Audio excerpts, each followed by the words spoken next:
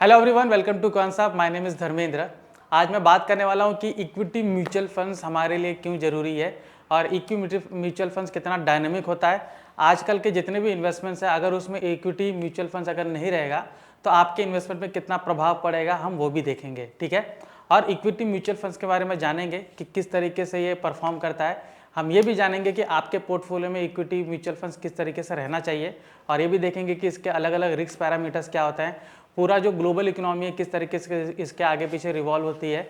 और हम ये भी देखेंगे कि किस तरीके से जो समय जो चेंज होता है, जिसमें टेक्नोलॉजी ये सब जो एडवांसमेंट्स वो आ रही हैं, उनके हिसाब से इक्विटी किस तरीके से परफॉर्म करता है, और ये सारी चीज़ें यूज़ करके किस तरीके से हम इक्विटी में एक अच्छा इन्वेस्टमेंट कर सकते हैं।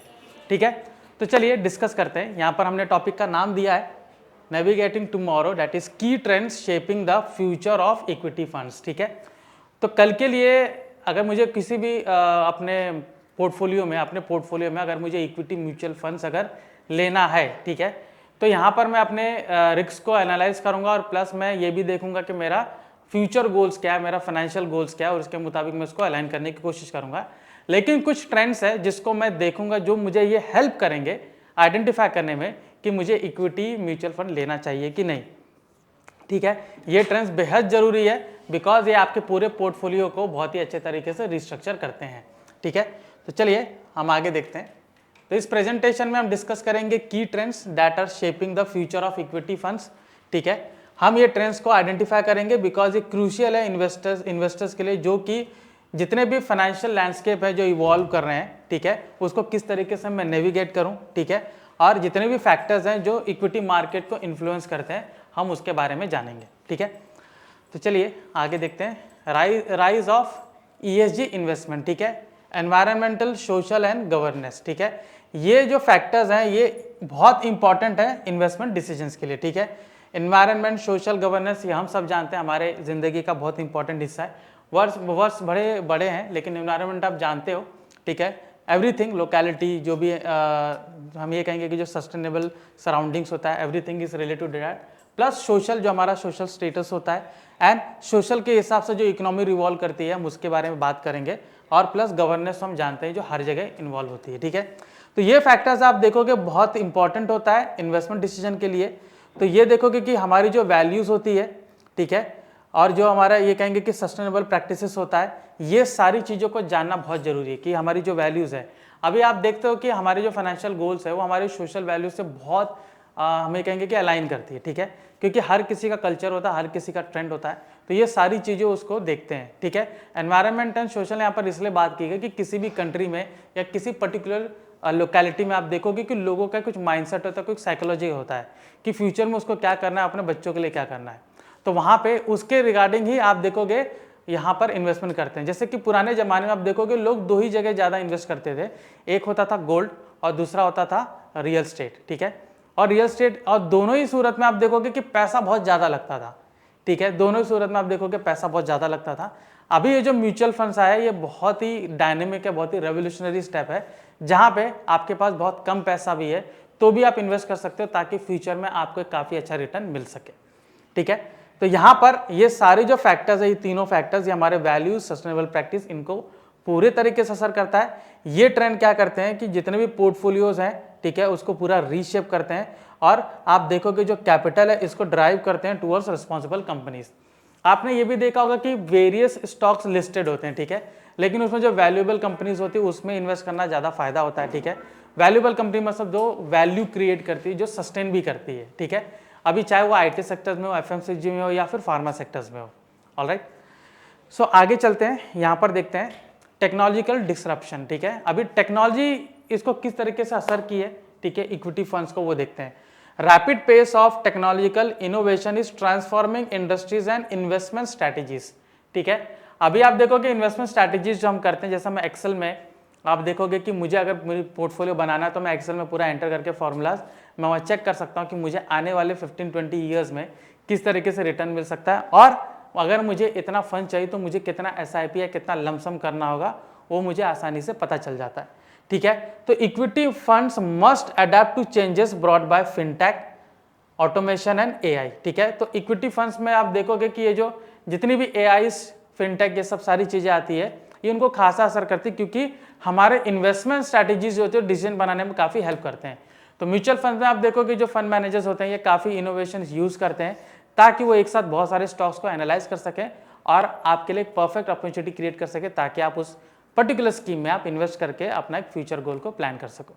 ठीक है, तो यहाँ पर आप देख सकते हो कि AI understanding this disruption is essential for capturing new opportunities and mitigating risk in portfolios. ठीक है, सो ये जो फिनटेक्स है, ये जो टेक्नोलॉजी, इसको समझना बहुत जरूरी है, बिकॉज जो हमारे पोर्टफोलियोज में रिस्क आते हैं, ठीक है, उसको मिटिगेट करना है, उसको हम ये कहेंगे कि पूरी तरह से रेक्टिफाई करना। पूरी तरह से रेक्टिफाई तो नहीं होता, लेकिन रेक्टिफिकेशन करना जरूरी है। तो वहां पर हम देखेंगे कि ये टेक्नोलॉजी किस तरीके से हेल्प करती है। ठीक है, आप देखोगे कि पूरे पोर्टफोलियो को डाइवर्सिफाई करते हैं। हम ये देखते हैं कि पूरे टेक्नोलॉजी के हिसाब से पूरे हम देखेंगे पाई चार्ट में हमें दिखता है कि कौन सा सेक्टर में ज़्यादा इन्वेस्टमेंट है, कौन सा सेक्टर अच्छा परफॉर्म कर रहा है। Everything the data is available. ठीक है, और AI से हमें मालूम ही पड़ जाता है कि इतने सारे जो स्टॉक्स हैं उनको मैनुअली हमें एनालाइज करने की जरूरत नहीं, पूरे तरीके से एनालाइज हो जाता है। ठीक है, सो आगे देखते हैं ग्लोबल इकोनॉमी शिफ्ट। ठीक है, अब ये देखिए कि ग्लोबल इकोनॉमी पूरी तरीके से आप देखोगे शिफ्ट हो रही है, मतलब ये किसी एक तरफा नहीं, मतलब सारी इकोनॉमी लिंक होती है। ठीक है, तो यहाँ पर देखो कभी कभी ये होता है कि कहीं कहीं पर कुछ फैक्टर्स हो जाते हैं जिसकी वजह से कहीं ना कहीं शिफ्टिंग होती रहती है, क्योंकि पूरी ग्लोबल इकोनॉमी लिंक्ड है।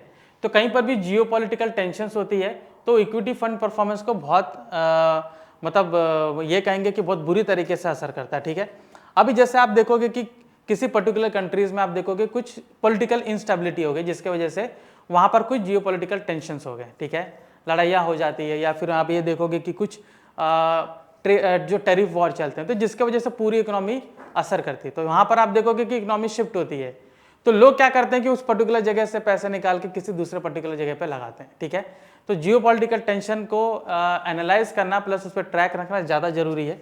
तो investors need to consider diversification across geographies to manage risk and seize growth opportunities in different regions of the world.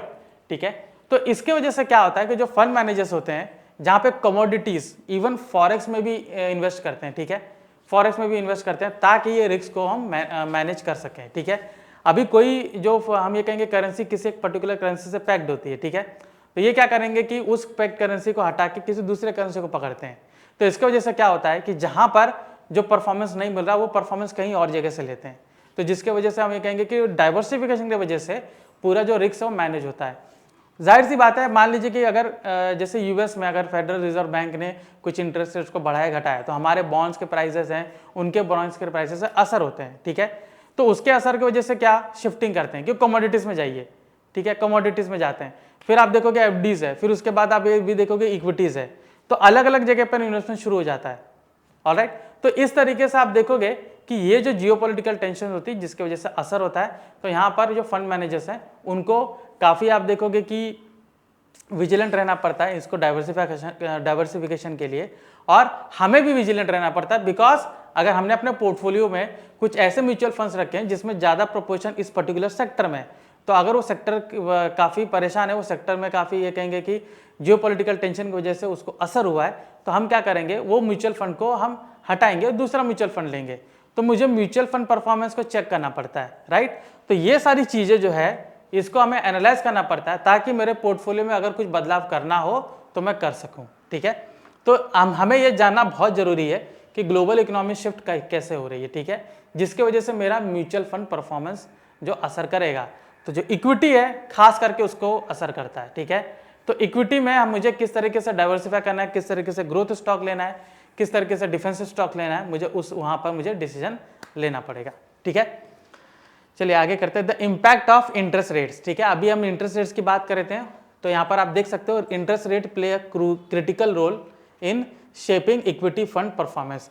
Central bank जैसी रेट को एडजस्ट करते हैं, इन्वेस्टर्स को समझना होगा कि ये चेंजेस डायरेक्टली वैल्यूएशन और कैपिटल फ्लो को असर करती है। ठीक है, डायरेक्टली सिंपल सी बात है, अगर वहाँ पर इंटरेस्ट रेट बढ़ाते हैं, ठीक है, तो यहाँ पर आप देखोगे कुछ कैपिटल्स बैंक्स को रिजर्व बैंक के पास रखना पड़ता है, जिसके वजह से बहुत बड़ा कॉर्पस उनके पास रहता है, प्लस इंटरेस्ट रेट बढ़ा दिए तो लेंडिंग कैपेसिटी भी वहाँ पर चेंज हो जाती है, और इंटरेस्ट रेट बढ़ने की वजह से जो लोन लेना चाहते हैं उनके लिए महंगा हो जाता है।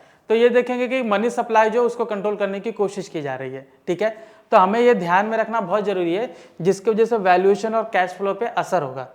तो ये इन्फॉर्मेशन अगर मेरे पास रहती है कि जो मॉनेटरी पॉलिसी जो बन रही है, जो कि बहुत ही वाइटल है for making a strategic investment decision, तो मुझे इसको नज़र में रख के अपना जो इक्विटी फंड्स है, जो म्यूचुअल फंड्स है, वहाँ पर मुझे देखना पड़ेगा। ठीक है, वहाँ पर मुझे देखना होगा कि अगर शॉर्ट टर्म में भी आ रहा है तो ये कितना असर कर सकता है। अगर मैं इक्विटी में से इन्वेस्टमेंट करके रखा हूँ तो उसमें भी कितना असर हो सकता है, वो जो पर्टिकुलर स्टॉक है कौन से कंपनी का है, ठीक है, वो भी मुझे देखना है, ताकि ये जो भी असर हो रहा है इसको मैं थोड़ा सा कम कर सकूं, अगर पूरा जो प्रभाव है वो गलत पड़ रहा है तो। ठीक है, चलिए आगे चलते हैं। Behavioural finance insights. ठीक है, so understanding investor psychology is a key investigating in equity funds. Behavioural finance आप देखो, ये बताता है कि हम इमोशंस और बोलते हैं कॉग्निटिव बायसेस जो बनाते हैं इन्वेस्टमेंट डिसीजन के लिए, वो क्या है। ठीक है, तो ये पैटर्न्स को हमें समझना पड़ता है। ठीक है, तो फंड मैनेजर्स जो होते हैं ये सारी स्ट्रेटजीज को अच्छे से अलाइन करते हैं for like investor behaviour and improve performance. ठीक है, तो कई मरतबा आप देखते हो कि लोग जो है किसी न्यूज़ को देख के असर करते हैं, कुछ कहीं पर कुछ घटना होती है उसको देखकर असर करते हैं। तो जो बिहेवियरल पैटर्न है इसको समझना बहुत ज़रूरी है और उसी के मुताबिक हमें डिसीजन भी लेना पड़ता है। ठीक है, अभी जैसे कहीं पर भी कहीं वॉर हो रहा है या कुछ भी हो रहा है तो सब लोग पैनिक सेलिंग करते हैं, जिसकी वजह से बाजार काफ़ी नीचे गिरता है। तो ये आपको समझना जरूरी है ताकि आप अपने पोजीशन को हेज कर सको। आपका म्यूचुअल फंड है, कुछ ऐसे म्यूचुअल फंड लीजिए जो डिफेंसिव हो, ठीक है, ताकि आपका पोर्टफोलियो बना रहे। ठीक है, तो यहाँ पर मुझे ये पैटर्न को समझना काफ़ी जरूरी है और जो फंड मैनेजर्स हैं वो काफ़ी हद तक समझते हैं, बिकॉज उनके पास काफ़ी एक्सपीरियंस होता है, उनके पास एक्सपर्ट्स लोग भी होते हैं जो उनको सलाहकार होते हैं, जो उनको हेल्प करते हैं ताकि वो इस परफॉर्मेंस को और भी अच्छे से इम्प्रूव कर सकें। ठीक है, रेगुलेटरी चेंजेस अहेड। ठीक है, रेगुलेटरी एनवायरनमेंट जो है वो हमेशा इवॉल्व होती रहती है, बिकॉज उनके सामने every day, every month, every year कुछ ना कुछ नए नए चैलेंजेस आते रहते हैं। तो अपने रूल्स एंड रेगुलेशन बदलते रहते हैं। तो ये ऐसे रूल्स भी बदलते हैं कि उसमें चेक करते हैं कि हाउ इक्विटी फंड ऑपरेट्स। तो अगर उन्होंने कुछ रूल्स बनाया जिसके वजह से काफ़ी हद तक अगर उसमें से असर होगा, काफ़ी हद तक अगर उसमें से चेंज होगा, तो आपको भी डिसीजन लेना पड़ेगा कि मुझे ये फंड को रखना चाहिए कि नहीं रखना चाहिए। आपको भी डिसीजन लेना पड़ेगा कि इसके अलावा मुझे और कौन सा म्यूचुअल फंड इसमें ऐड करना होगा। ठीक है, तो न्यू कंप्लायंस रिक्वायरमेंट और जो ट्रांसपेरेंसी रहता है ये पूरे इंडस्ट्री को शेप करता है। ठीक है, और ये जरूरी भी होता है ताकि पारदर्शिता बनी रहे लोगों और इन्वेस्टमेंट फंड्स के बीच में। ठीक है, तो staying ahead of these changes is crucial for fund managers to maintain trust and ensure regulatory compliance. ठीक है, तो यहाँ पे जो इक्विटी फंड्स होते हैं, जो म्यूचुअल फंड हाउस होते हैं, इनको ये रेगुलेटरी रिक्वायरमेंट जो होती है, कंप्लायंस होती है, इनसे इनके रूल को पूरी तरीके से फॉलो करना पड़ता है ताकि ट्रस्ट भी बना रहे और कॉन्फिडेंस भी मार्केट में बना रहे।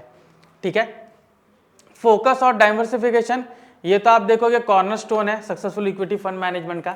यहाँ पर डाइवर्सिफिकेशन करना ही पड़ता है अलग अलग सेक्टर्स में, अलग अलग एसेट क्लास में। तो यहाँ पर क्या है, ये वोलेटिलिटी को भी कम कर देते हैं और यहाँ पर रिटर्न्स भी बढ़ जाता है। ठीक है, इनको पता है कि यहाँ पर वोलेटिलिटी काफ़ी ज़्यादा हो सकती है, इनको पता है कि ये एसेट क्लास में रिटर्न्स अच्छे मिल सकते हैं। ठीक है, तो ये अलग अलग एसेट क्लास में लोग डाइवर्सिफाई करते हैं, जिसके वजह से इनको फायदा भी होता है, जिनके वजह से यहाँ पर रिस्क भी काफ़ी हद तक मैनेज होता है। ठीक है, तो इन्वेस्टर्स लोग को प्रायोरिटाइज करना पड़ता है फंड्स को, जो कि आप देखोगे एक बोलेंगे ऑल राउंडेड या फिर वेल राउंडेड अप्रोच होना चाहिए डाइवर्सिफिकेशन के लिए। ठीक है, चलिए आगे चलते हैं। Future of active versus passive funds. ठीक है, तो एक डिबेट होता है एक्टिव और पैसिव फंड मैनेजमेंट से, वो हमेशा इवॉल्व होता रहेगा। ठीक है, जैसे टेक्नोलॉजी एडवांस होती है, पैसिव फंड्स आप देखोगे वो अपना ये कहेंगे कि जो आकर्षक है वो हमेशा खींचता है अपनी ओर। ठीक है, एक्टिव फंड मैनेजमेंट भी आप देखोगे वाइटल है, दोनों ही आप देखोगे इंपॉर्टेंट है, बस अपने रिस्क के हिसाब से चलता रहता है। ठीक है, तो यहाँ पर मैं देखूंगा कि दोनों जो है एक्टिव और पैसिव, ये बहुत ही इंपॉर्टेंट हिस्सा हमारे कॉम्प्लेक्स मार्केट का। ठीक है, तो मुझे इसका स्ट्रेंथ एंड वीकनेस देखना पड़ेगा और उसके मुताबिक मुझे चुनना पड़ता है। ओके, तो कंक्लूजन ये है, ठीक है, कंक्लूजन ये है कि फ्यूचर जो है इक्विटी फंड्स का, ठीक है, उसके अगर समझना है तो यहाँ पर मैं देखूंगा कि जो इमर्जिंग ट्रेंड है उसके बारे में समझना बहुत जरूरी है। एवरी डे आप देख सकते हो, every day, every week, every month कुछ ना कुछ नई नई चीज़ें आती रहती है, कुछ ना कुछ नए नए चैलेंजेस आते रहते हैं। तो हमें ये जो ट्रेंड्स है इसको समझना बहुत ज़रूरी है। ठीक है, जिसमें हमने ESG, टेक्नोलॉजी, रेगुलेटरी शिफ्ट सब हमने समझा। ठीक है, बाय एम्ब्रेसिंग चेंज। ओके, हम इसको चैलेंज नहीं कर सकते, लेकिन इस चेंज से कुछ सीख सकते हैं, ठीक है, कुछ सीख सकते हैं, उसी सीख से हम आगे बढ़ेंगे, ठीक है। तो यहाँ पर क्या होगा, हम स्ट्रैटेजीज अडॉप्ट करेंगे, बनाएंगे, और investors can position themselves for success in the involving market landscape, ठीक है। तो इन सब चीज को समझ के, अपने आप को अडेप्ट करके, अपने आप को चेंज करके, न्यू इन्वेस्टमेंट स्ट्रैटेजीज को इन्वॉल्व करके, इंप्लीमेंट करके हम अपना पोर्टफोलियो बचा भी सकते हैं, रिस्क को भी मैनेज कर सकते हैं, और डाइवर्सिफाई भी कर सकते हैं, और मेरा जो एक फाइनेंशियल गोल होगा उसको मैं अचीव करने की पूरी कोशिश कर सकता हूँ, ठीक है। सो आई होप आपको ये सेशन पसंद आया होगा, तो प्लीज़ इस वीडियो को लाइक एंड शेयर कीजिएगा। मैं आपका ट्रेनर धर्मेंद्र राजभर, आपका धन्यवाद।